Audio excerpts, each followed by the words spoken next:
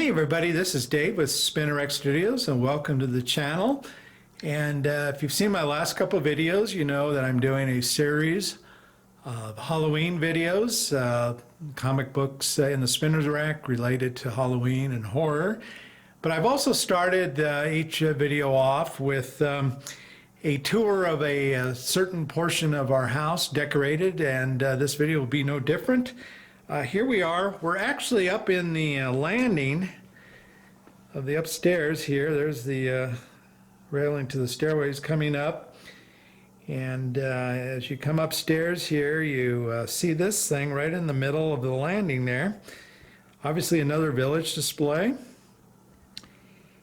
And let me kind of scan down to give you a better feel for the display. Let me quickly tell you a little bit about this display.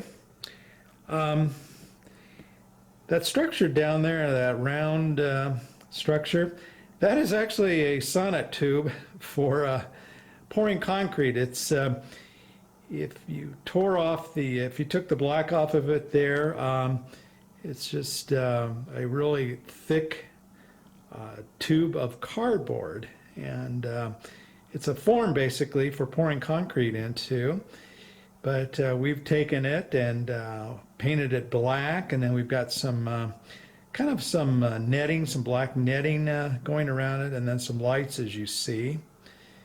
And then on top of it, we've got carved styrofoam structures there, and then painted black. And by the way, if I were to take all the buildings off, in the middle of that structure are the electrical cords coming up. And so we have actually, you can kind of see there's an electrical cord running, it runs into one of the small bedrooms here. But there's a surge protector in there, and then we connect everything electrically down through the holes in the styrofoam and into the surge protector that's kind of at the bottom of the inside of that sonnet tube. But anyway, this display, as you're going to see, is primarily a haunted Halloween train display. It's from Department 56. The train pieces actually don't move. They're not electrified, but let me give you kind of a feel for it. So there is the train station, and there's kind of like another brew pub house there. And there is the engine, the start of it. And pardon me, I'm going to kind of walk around here, so I hope this isn't too jumpy. But actually, the train, there's a car behind the engine there, kind of a little tunnel. And then as we go around, YV carved into the styrofoam, that skull looking thing. And down here we actually have a kind of a toxic waste spill, and that'll make more sense. As you see, there's a little kind of a toxic stream coming down around the curve of the mountain there. I'm talking about right here. And anyway, here is some more of the cars. There's the pumpkin car, obviously. And as we come around, there is the toxic car, and you can kind of see we've painted in the green spill that then runs down into that pond that you saw. It's got a cool skeleton guy on top there. Here is a ghost car.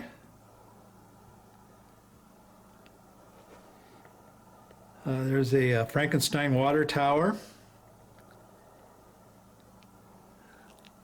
And there's a back of the building that you probably saw from the front there. And then as we keep going around, there's a spooky clown car. Here's kind of a car with a chained up monster on it. This is a cool one. This is a car that looks, it's a basically flatbed car with a coffin on it, and there's Dracula coming out of the coffin. And let me kind of go up here. There's a spooky tree. There's another Halloween water tower.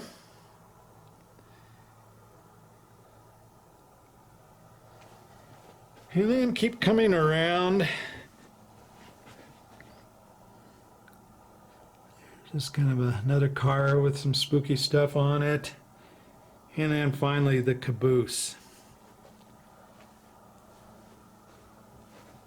And then coming up here, we'll just kind of, just a little rickety railroad place there. And then on top there,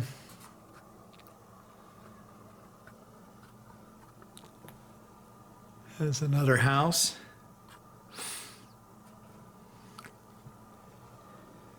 And actually, you've got a kind of a final werewolf bullet. The werewolf, pesky werewolf control unit, and if you look at it carefully, you'll see that it's designed like a silver bullet. It's a pretty cool, cool display. Like I said, there's a brew pub there. But yeah, it really works well up here. You know, typically you wouldn't think about decorating a landing. You know, what would you put here? Well, this is what you put here. And the cool thing about it is that, you know, it's 360 degrees. You can walk around it, and we really enjoy it. And a lot of times when people come over, I think they really enjoy looking at it. All right, guys, well, let's get to the comic books. All right, guys, as we've done before, let's take a look at some books on one side of my gold key rack here. And there they are. And let's go in for a little bit closer look.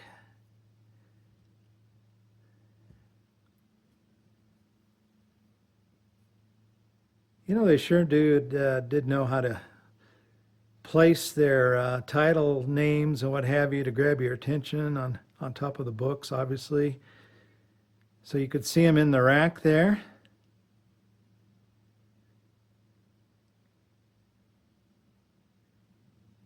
And one more time. As you've seen in my previous videos and currently on this rack, I've got a pretty good assortment of different books on the rack. Okay, let me go ahead and pause the video here, and I will pull these off and we'll take a closer look at them. Okay, guys, I pulled the books off the rack, and let's get started. But, you know, I thought maybe I might throw in several bonus comic books. As you guys know, I do have a rack that holds graded comic books, so I pulled several books from that rack off, and I thought we'd first start off with some of those books, and then we'll get into what you saw off of the gold key rack, the ungraded books. But anyway, here is one of my prize books, Black Cat Mystery. This is number 46 from 1953, and cover by Lee Elias. But this is one of my favorite Halloween horror books right here. I don't have a ton of pre-code horror, so this one is kind of a special one. Okay, the next book is Giant Size Chillers, number 1, Curse of Dracula. This is from 1974, John Romita Sr. cover. And you guys probably recognize this first appearance of Lilith, Dracula's daughter.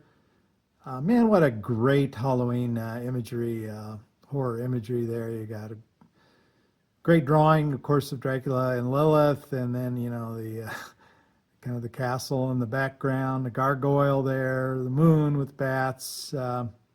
Fabulous cover.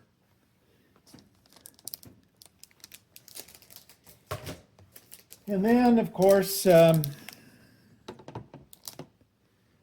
we have X-Men 40, The Mark of the Monster. The X-Men meet Frankenstein. As I recall, it's been a while since I've read this, but it's not really Frankenstein. I think it was a robot, maybe. If I'm wrong there, you guys can correct me. George Tuska art from 1968.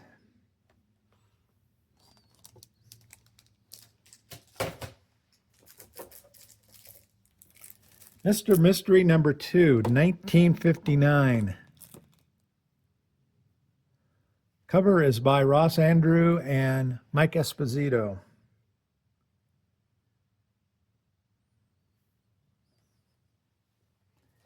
And then finally, I'm going to end on a little bit of a lighter note here. Pep Comics number 79. This is, let's see, 1950 Bob Montana cover. And just great imagery of what appears to be a Halloween costume party. Man, you got Veronica front and center there. All right, well, anyway, that is the slabs that I pulled. So let's get to the comic books that were on the rack. Okay, we'll start off with, this is Baffling Mysteries, number 19 from 1954. Jim McLaughlin is listed as the cover artist.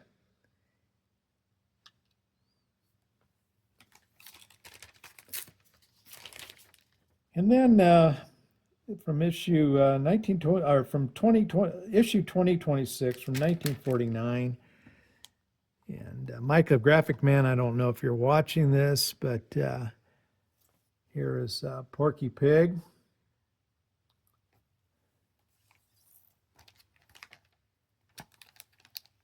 And then in the same vein, here's a little Bugs Bunny Halloween Fun Trick and Treat, issue number 4. Once again, just fabulous imagery. One of my favorite Halloween covers.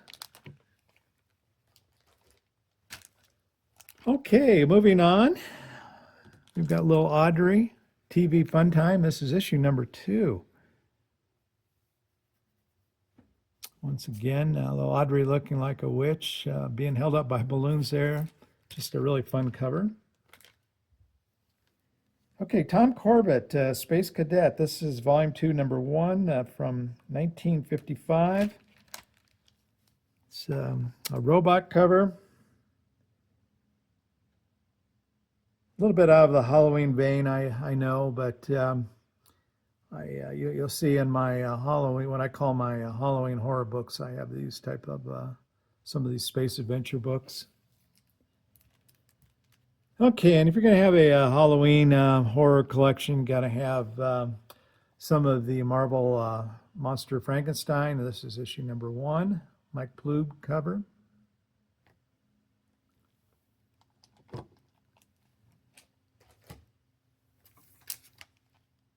And then let's show a little Harvey Giant series, Hot Stuff Sizzlers.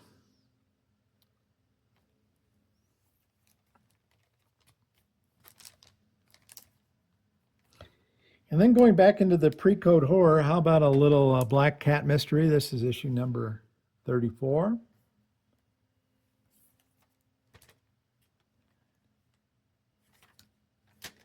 And then moving into those Marvel monster books, this is issue number 5 of Fear.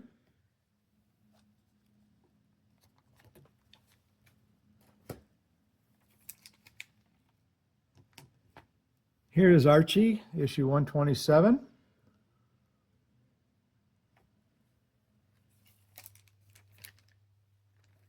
Next up is House of Mystery 138, and this is a Dick Dillon cover, or Dick Dillon cover.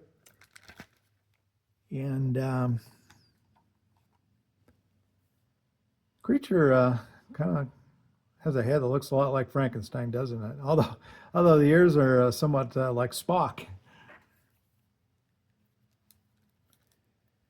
Okay, Casper and a little Halloween trick-or-treat action.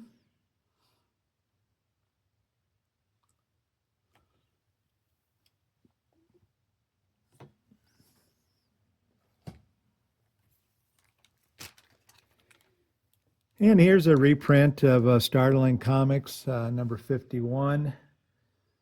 Kind of, I know, outside of the Halloween horror genre, but still, I've got it out on the racks. Then we move to Marvel Team Up number 36, Spider-Man with Frankenstein the Monster.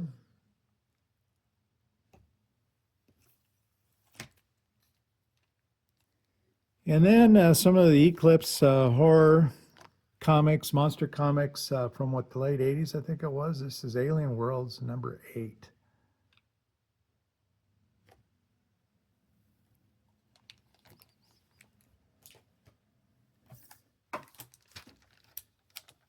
Moving back into a little bit more of the fun stuff, this is Little Dots, Uncles and Aunts. This is issue 23.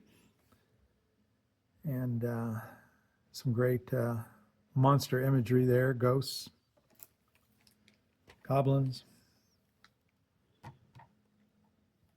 Werewolf by Night, number 14. And of course, this is a fitting series for Halloween horror time, and Mike Ploog cover.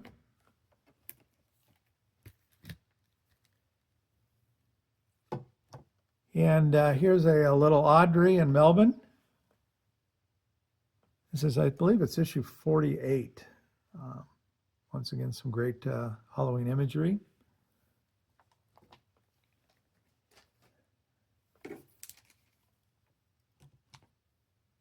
And moving back into those Marvel Crypt of Shadows, the books of this time period, issue number 3.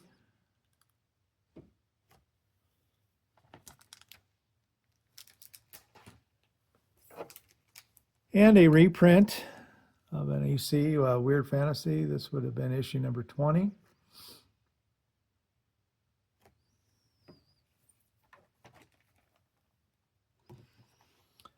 Homer the Happy Ghost by Marvel, issue number 1. Of course, a takeoff of Casper.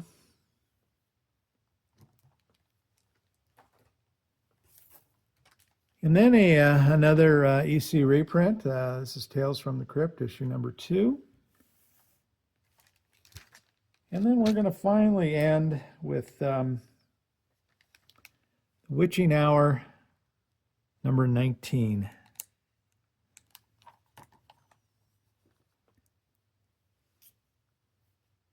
And just really love this imagery here. You got this cool looking witch there on the side, creeping around the corner there.